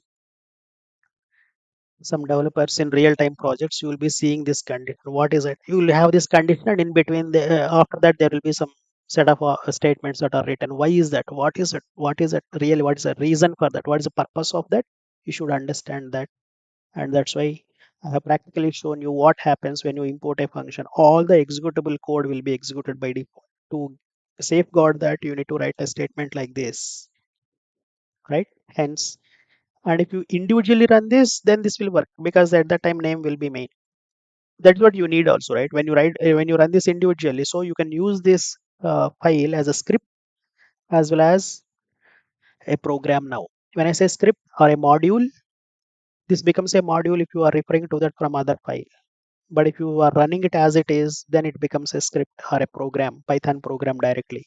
That is how this is helpful if you are going to do that way. If you are going to use a file, some functionality available in a file in both the ways. One, use it as a program, Python program, or just reuse the functionality available within a within that file or the module from somewhere else, some other file when I say somewhere else. So that is the key difference between these two, and this is what you need to understand. So this attribute is very, very important. As you have seen, the name attribute is very important. It is really differentiating factor between whether I have to execute the piece of code within a particular Python file or I have to just skip it because I am now being imported by somebody else. Hope it is clear in your mind and let's move on. That is all about module attribute. And then understanding name. Yes, I have just covered name extensively. And then the next one is to use name equal to main. Yes, I have already used that and have shown you how to use name equal to main and all. Yes, the next one is package. What is package? Yes. Well, so package is basically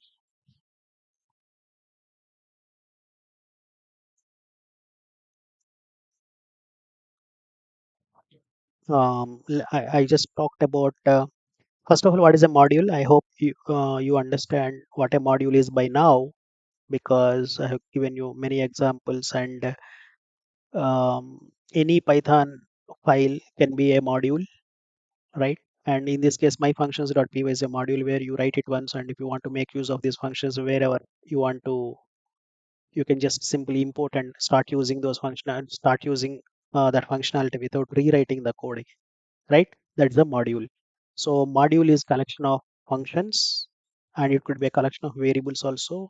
So what can a module contain? A module can contain functions, variables, classes also. There is no class here, but you can have a module can have executable code like this.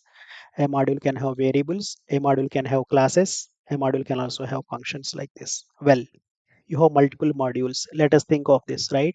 You are planning to develop some login system in Python. So there are again, if you really think of login, right? There are multiple subtasks. What are those tasks? Something related to first get the username and password from the user. So where you can use input function and you can read the username and password, right? Then you may have to validate that password against what is there in your system, right? You have to validate whether he's a genuine user or not, whether the password matches or not, right?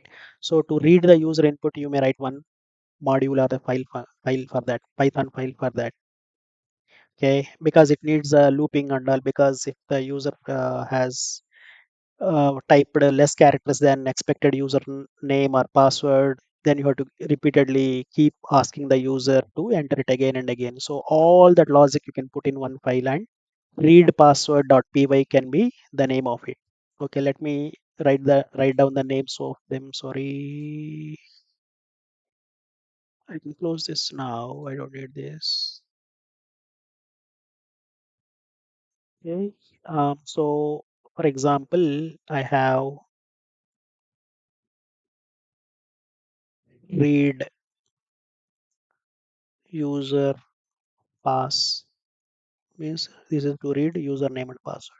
Read user pass.py.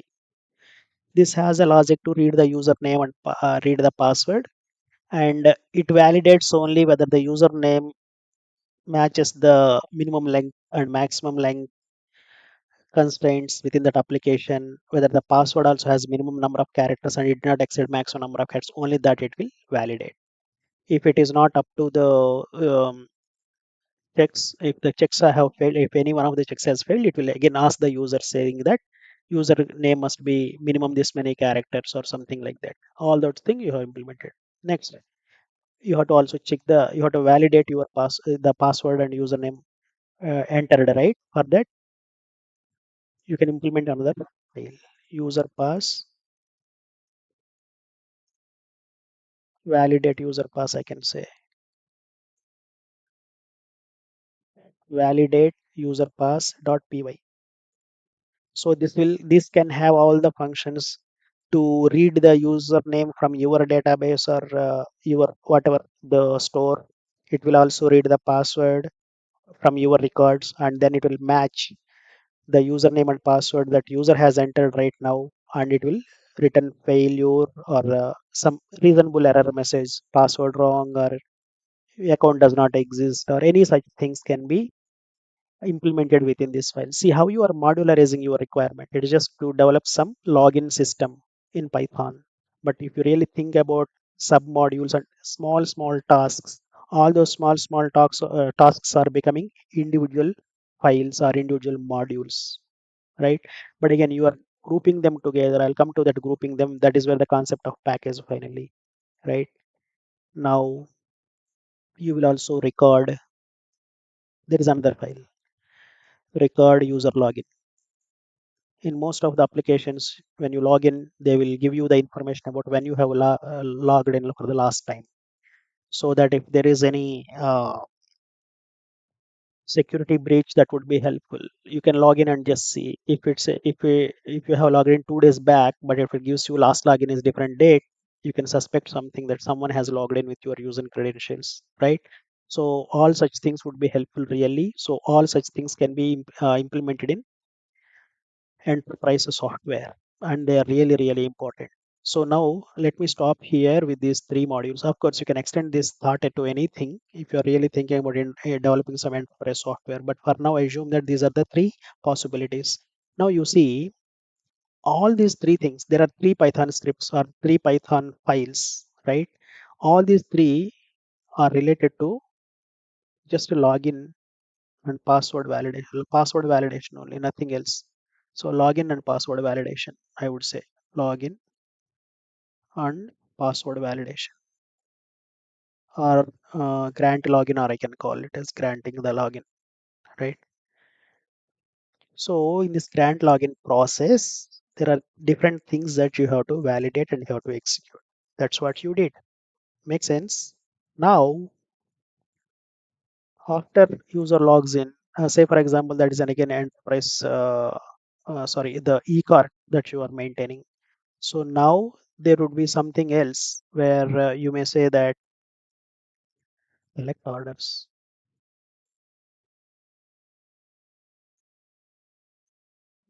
Within this, again, if you think of it, right, you may have to maintain, you have to first write something which will print the items that are available on the screen for the users to just go through and all that, right? So display items, or display items.py. This will just grab all the information from your database wherever the inventory level is greater than 0, and it can print all those items on the list. And second thing, what you can also think of is to collect, or yeah, collect orders. So when user searches for an order and he adds it to the cart, then this collect.orders.py is a file in which you have written the code to add those items to your list. You are maintaining a list, actually Python list, right? You can keep on adding the orders that have been placed by the user with a specific quantity to your list. Make sense? So that is how this collect orders.py is another file that you can implement, you can think of. Next, when the collection, when the user has already submitted the order, you can just go for billing. So do billing or something, you can say, based on the items that have been already finalized. Make sense? So this do billing.py will compute the total billing cost, and it will just show you, it will just show to the user on the screen that this is your total. Make sense? So again, we can extend this to anything, but I'll stop it here. So this is how it is, just a simple application. First, you have modularized your code, your requirement into the login related work and also the collecting the orders, right? So these two can be modularized, and two different teams can work on this. One team can work on developing this code and the other team can work on developing this code, like that parallelly. That's where modularization or modules will help you to develop the requirement of the develop the code parallelly, where the development cycles can drastically reduce, right? Now you see, but where to place all these files? Do you want to place all these 6 files in one folder? Yes, you can, of course, but there are certain teams who should not access the order related stuff.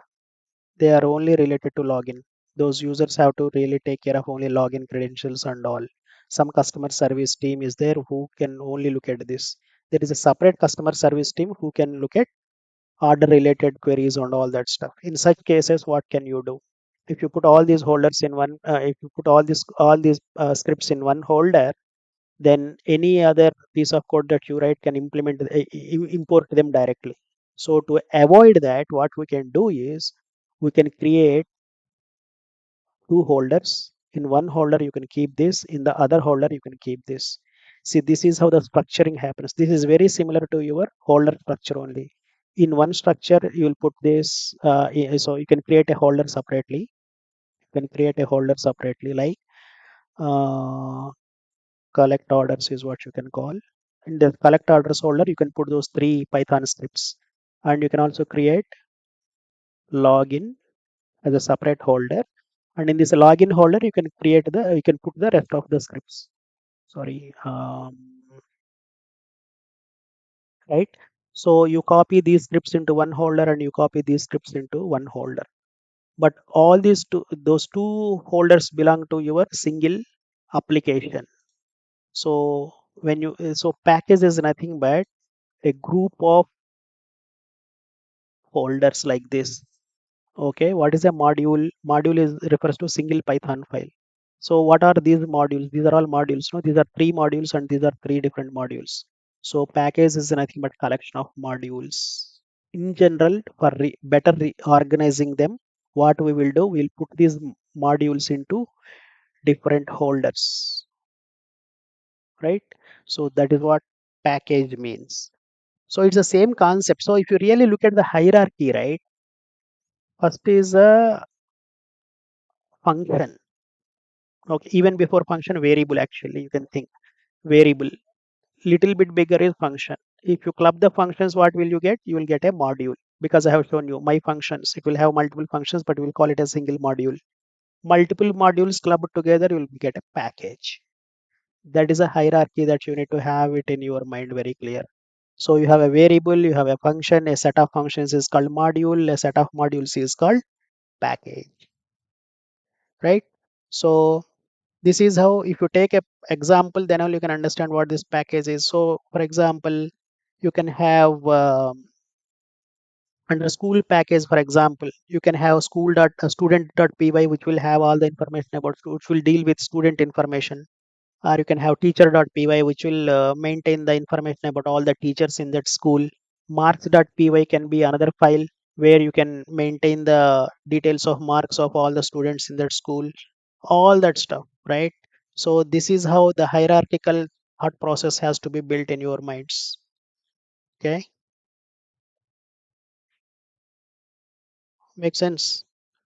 So that is a concept of package. Package is nothing but a group of modules. Okay, and why do we really need to group them together and put them in different holders? For better organization of the data. So for example, in an organization, you can have HR as a holder, that is a package. Finance is a package, recruitment is a package, sales is a package. Like that, you can have different packages, and in between, you can keep on adding whatever the modules that are very you are interested in. Make sense? So that is about packages concept. So now in this same concept, right? For example, I'll show you. I have just added these two things, right? So you have in login, you have some Python file. I'll just create Python file quickly. Login dot py. Okay, this is a Python file, and in this I can have some functions written. Similarly, in this collect orders, I can have whatever I told there, right? So I can have uh, show orders or something. Show or sorry, not orders. Show items. Show items dot py, right? Like this you have to put. So now the question is, if I have to really import some of them or import any of them, how do I really import it? So you need to give the path actually. So right now you are here, and with respect to this path, you have to give the relative path. Probably it would be easy for you. So actually the module is under collect orders. So if you have to really access them, you need to just say import show items from, and you can mention this entire path actually. Right now your file is here already, right? My program, you are here actually. So you can say collect orders dot login, something like that. Whenever you see log dot, that means that you are going to a different folder structure in which the file is there. That is what you need to understand. So in our example, if I have to import it, I need to import it as import login dot login, just login from okay, or I'll just import show items. Okay,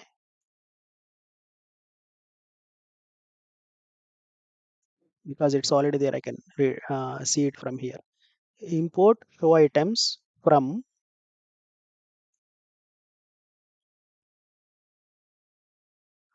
select orders. Or if you want to import this space, or you can say import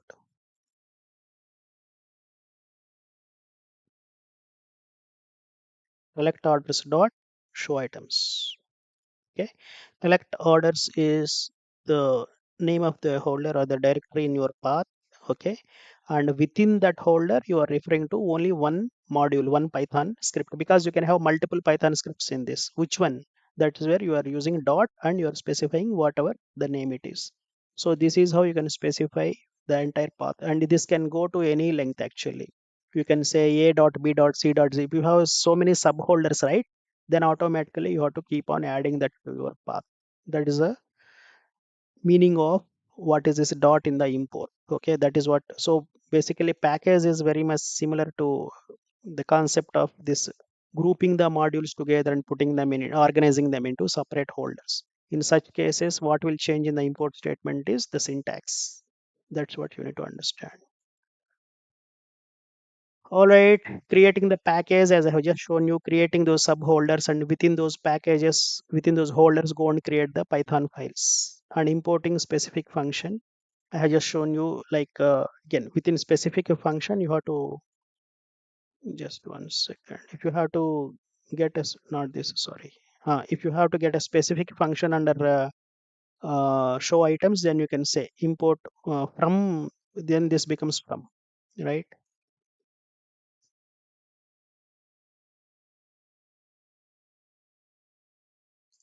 From select dot items import whatever say for example the name of the function is display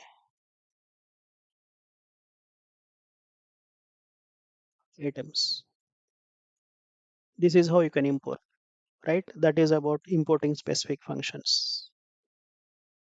All right. And to install third party packages, again interesting. If you have to get to third party packages, like I have shown you some third party packages in examples like numpy, then matplotlib and all these things, right? For that, Python comes with something called pip. Okay, so this is the Python's package installation program. So pip is what you can use, and I don't know if you have already used pip for any purposes in the past.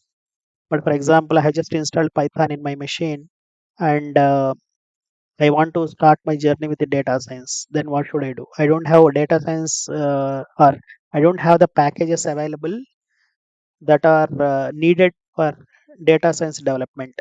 I just have only Python, plain Python. So for that, if you have to, if for example you need NumPy, then you need to use some statement like this: pip NumPy. You need to do this from the command prompt. There are different ways to do this, of course, but one way to do this is pip NumPy. So you can go to the Python holder wherever the Python is installed. In my case, I think it is in S Drive softwares. Python, where is Python? Maybe I'll go with Python 12. Okay, and I scripts folder. Yeah, pip is here. See, pip.exe. It's an executable. So I can just ask. I can just say pip numpy, right? This is how you can install the software, the required. Oh, sorry. Why it is saying? unknown command. Oh, sorry, pip install. Sorry. Pip install numpy or any. If you know the name of the package, that's all. You can just go ahead and give this command like this. See, it is downloading the third-party package for me. You see, it is downloading the numpy package in this environment. So this is how you can install the third party. See, it is already done, completed. And if you want to uninstall it, you can use uninstall. It's as simple as that. It will just ask, it will just get the confirmation from you that whether you want to uninstall it or not. And if you just say yes, it will go and uninstall it successfully. So this is how you can install the third party softwares. Just like it is a matter of just running one command. That's it. All right, so we talked about different types of modules. So built-in modules, nothing to do extra. They will automatically come with your Python installation. User-defined modules, most of the discussion today is based on user-defined modules only, where how to create your own modules, how to create your own packages, how to make use of them, how to reuse them. That's what we have seen. And the third-party modules, this is what you just need to understand for now. And as and when you get into different um, learning experiences, like you want to go to data science or you want to go to different things based on your domain, there are thousands of existing package already developed packages available for Python. So all that you need to do is you need to just run one command, pip install, and then the name of the package, and that pip executable or the application will automatically download the softwares for you. And if you want to uninstall it, pip is it comes with its own list of options. You can use pip help help I think. Yes. So these are all different options that you can use along with pip, and out of which I have just used install. I have used an install like this. These are different, so many options here. So using this application PIP, you can just download whatever third-party software that you need. That is how you can continue using the functionality that is already available in NumPy. Someone has already developed that reusability again. So all these packages and modules really promote the reusability where somebody has already developed that and you can directly go ahead and make use of. All right. With that said, we have reached the end of today's session. How to install third-party packages I have just shown you, and PIP is a command that you need to make use of that. Before we disperse, I would like to once again talk about the important resources that you need to learn. The very first thing for those who have joined late, this is our website technolearnit.com. You can make a note of this and you can visit this website, and there are multiple tabs. You can just get there and you can understand what all we offer, and if you want to get in touch with us, you can directly call us, or these are different means through which you can contact us. And I would also encourage you to please subscribe and follow us on these platforms. And most importantly, for you guys, on the resources tab you have all the material that I have been using for these live sessions. These are freely downloadable for you, so you can go to the session. And this today's we have completed 15th session, and within short time you'll be getting the resource of session 15 also uploaded here, and you can download them, you can practice them, and you can get better at Python programming. And the same page will also give you the information about the date and time of the next live session. This would be updated very soon with the next live sessions date and time, so that you visit this page frequently so that you will be getting up to date information about next live sessions and all right. And the other thing that you need to probably do is you need to subscribe to our YouTube channel, Technolearnit. This is what you see here, right? And once you subscribe, you will be getting the daily quizzes. And we have been posting quizzes on a daily basis. And each quiz is just less than half a minute. Very quick. You can quickly go through that. You can watch it and you can understand. This is again, since this is a quiz and you will be getting all the multiple choice questions here, and you can guess the answer okay, within that same 26 seconds of time, and you can just watch this till end so that you will understand the right answer. Right answer will be highlighted at the end of this each quiz, so that you can validate whether your guess is right or wrong. Okay, this is how you won't get away from the topic. Whatever topics we have been covering, or these quizzes are based on those topics, and these are really thought-provoking quizzes, and you will be having, and these will definitely help you in interviews also, because if you are attending some written test or anything like that, all such most of such questions would be automatically covered in our quizzes, right. So for that, I would encourage you to just subscribe to our YouTube channel, so that you will be getting all our quizzes on a daily basis, and all the live sessions are also available. Those who have attended this for the first time, you can just go through this, and you can watch our live sessions that have been conducted in the past. All right, I have two playlists at this point of time, one for these live sessions and the other one is for all the quizzes that we have posted so far. All right, with that said, I will conclude today's session, and take care.